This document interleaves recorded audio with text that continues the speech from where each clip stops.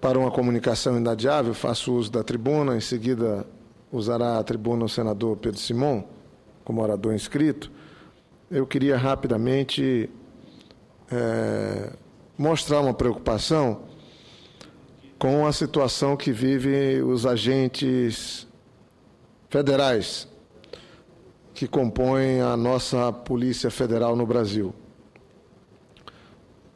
Foi feita a edição de uma medida provisória, ontem, no dia 13 de outubro, que estabelece um novo regramento para a atividade do delegado de Polícia Federal.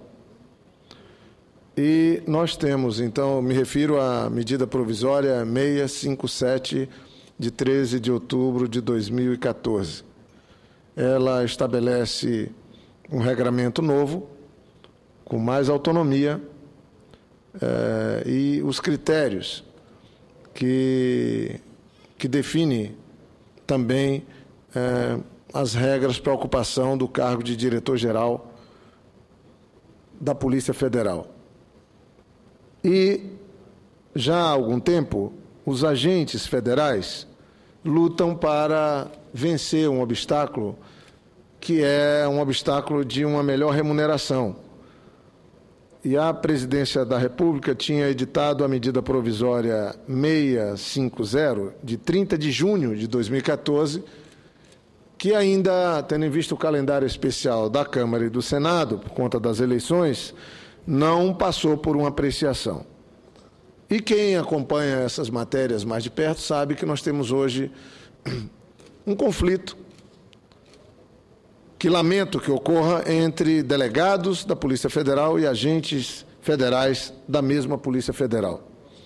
Acho que faltou uma melhor mediação do Ministério da Justiça, da Delegacia do Diretor-Geral de Polícia Federal, porque não é possível que uma instituição tão importante como essa possa estar à mercê desse conflito.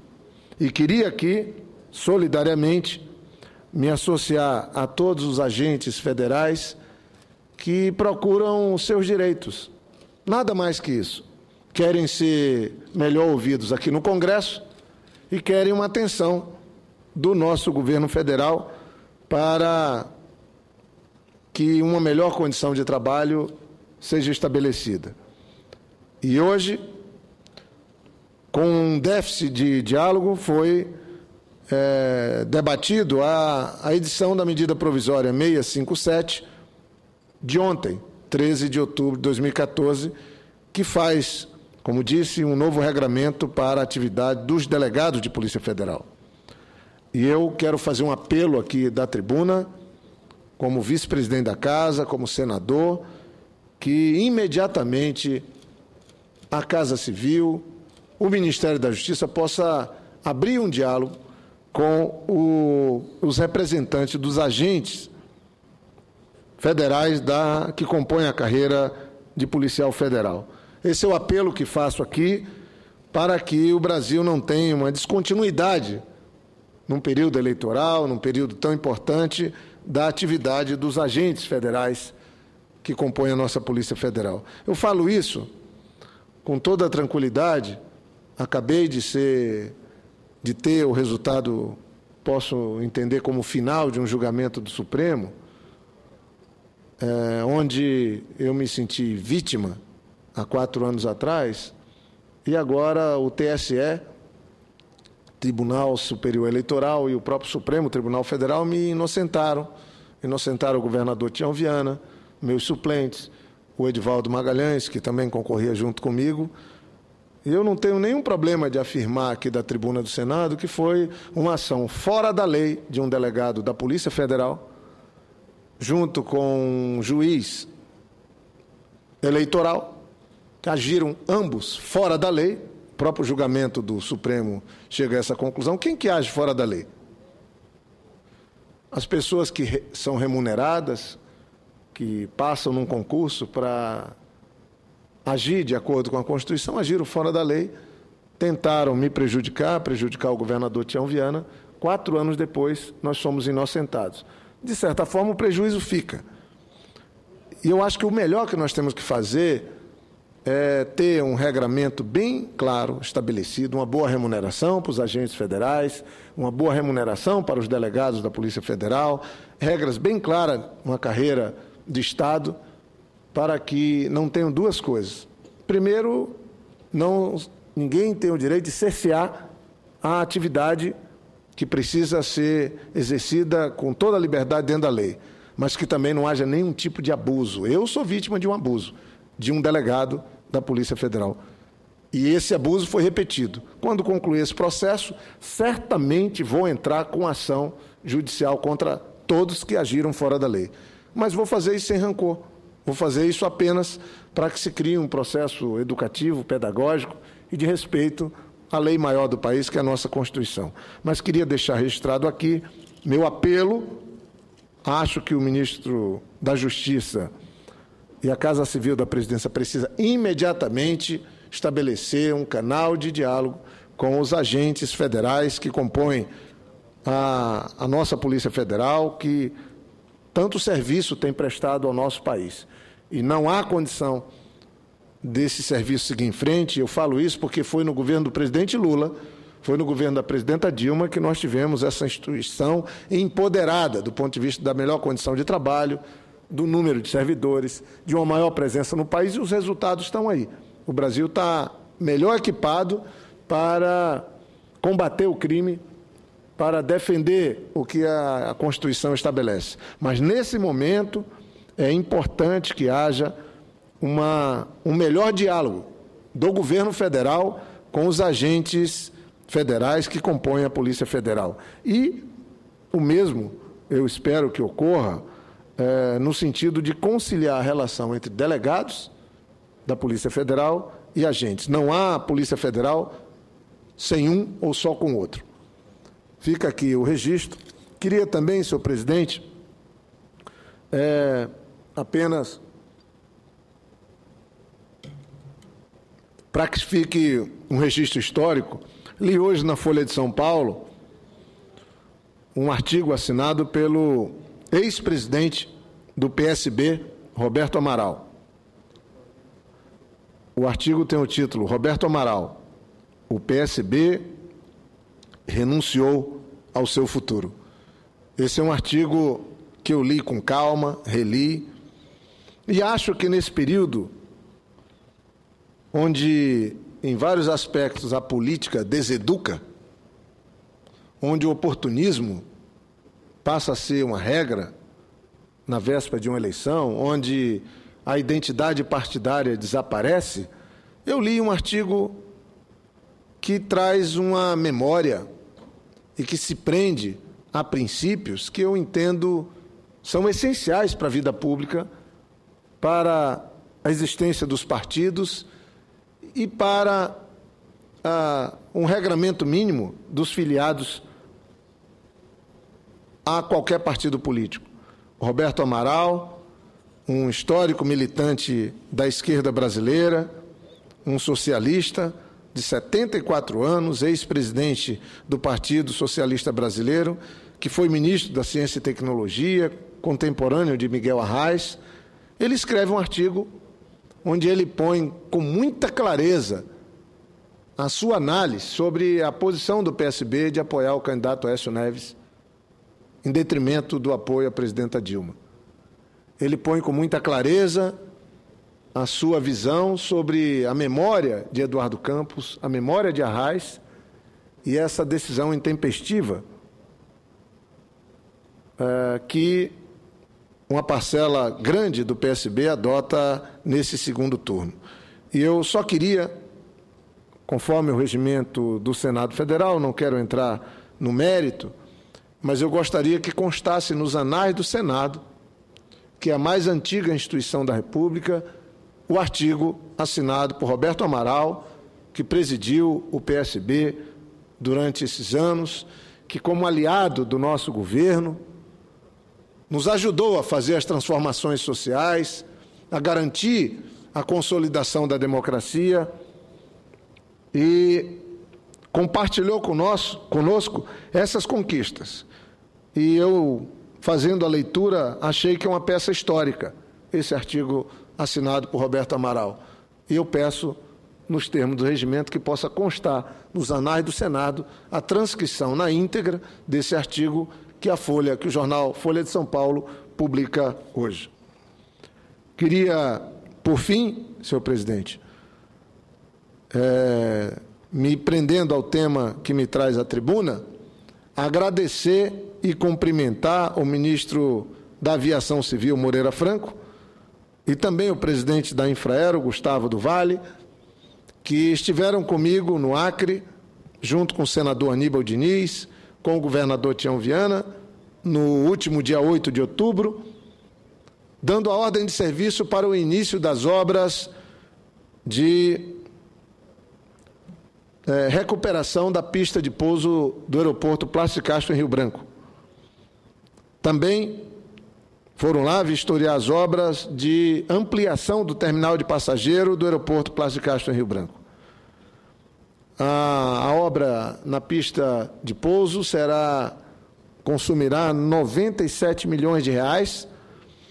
A pista de pouso do aeroporto de Rio Branco tem sérios problemas e essa reforma, esse trabalho que será executado agora, ele vai, no fundo, completar a execução da pista de pouso, que ainda tinha deficiência no acostamento, na sua drenagem.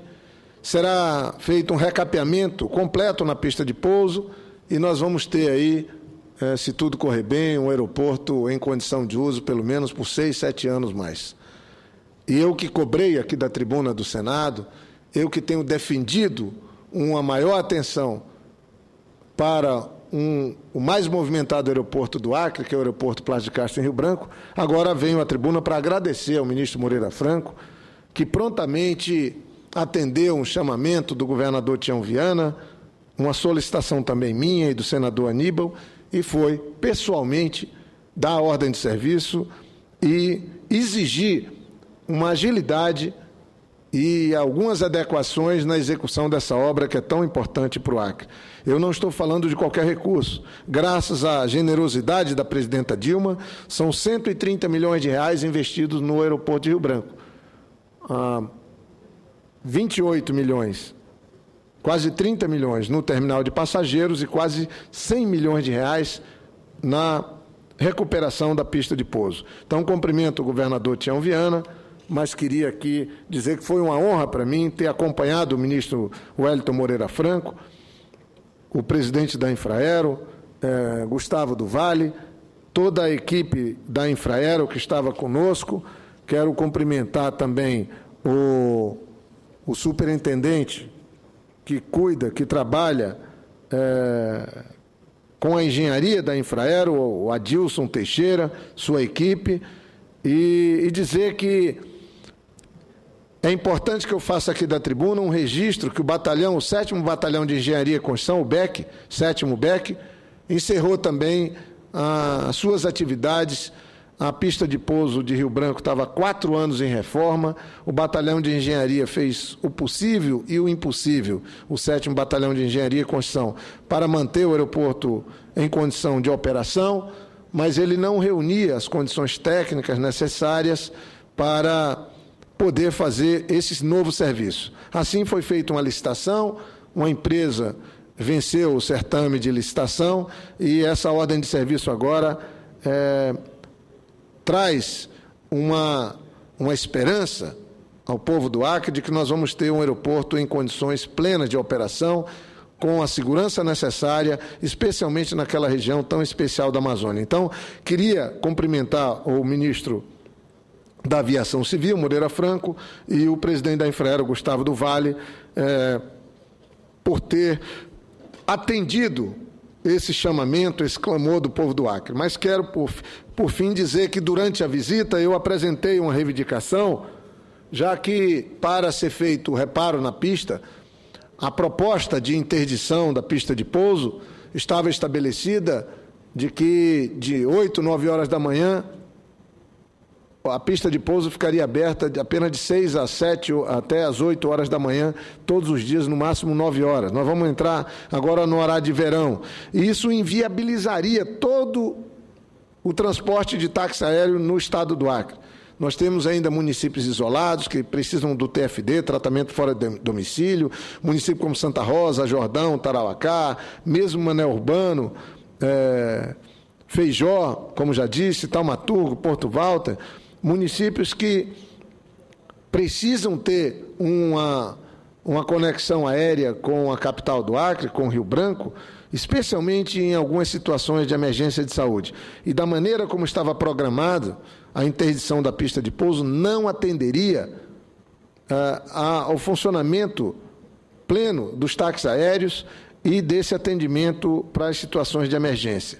Imediatamente, o presidente da Infraero, Gustavo do Vale, e especialmente o ministro Moreira Franco, acolheram a nossa preocupação e determinaram o estabelecimento de uma regra nova de interdição do aeroporto, onde o aeroporto vai ficar aberto, e eu espero que hoje já tenha saído essa normativa, o aeroporto vai ficar aberto enquanto não tiver uma obra de maior vulto na própria pista, durante o dia inteiro para aviões de pequeno porte ou aviões particulares, e vai fechar apenas para aviação comercial, por conta do peso das aeronaves, que já estão fazendo os voos na parte noturna.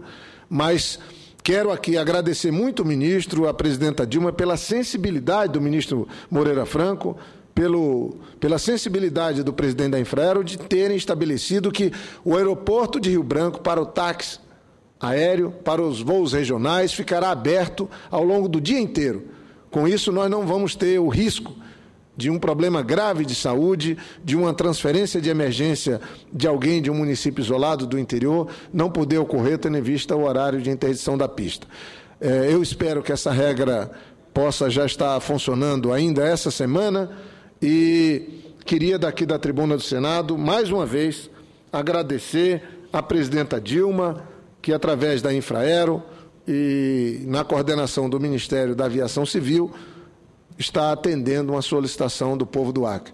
Claro que eu defendo essa reforma na pista de pouso de Rio Branco, no terminal de passageiro, e vou lutar para que, proximamente, o Acre possa ter um novo aeroporto estabelecido no 2º Distrito, num sítio mais adequado, tendo em vista que o aeroporto de Rio Branco foi estabelecido num lugar inadequado, um solo muito ruim, não houve nenhum estudo prévio. E quero também cumprimentar o Ministério Público Federal do Acre, o Ministério Público Federal que atua no nosso estado do Acre, também pela iniciativa de procurar defender o funcionamento adequado do aeroporto, defendendo o legítimo direito do transporte aéreo regional de funcionamento. Então, cumprimento a todos que compõem o Ministério Público Federal no estado do Acre, porque foi a soma deles, dos pilotos de avião, dos donos de empresas de táxi aéreo e a ação política nossa, do governador Tião Viana, e eu me coloquei também nessa busca de encontrar uma solução junto com o senador Aníbal, e eu fiz questão e faço questão de estar aqui na tribuna do Senado agradecendo ao ministro Moreira Franco, ao presidente da Infraero, pela solução encontrada, que é a mais adequada. Não vamos ter nenhum prejuízo na obra e também não vamos ter nenhum prejuízo para o transporte de táxi aéreo regional no Acre durante as obras de recuperação da pista de pouso de Rio Branco, que devem consumir, pelo menos, tendo visto o período das chuvas, pelo menos um ano, a parte mais essencial, e, ao todo, as obras devem consumir 2 anos de trabalho. Mas fica esse registro e meu agradecimento ao governo federal pela atenção com o nosso Estado.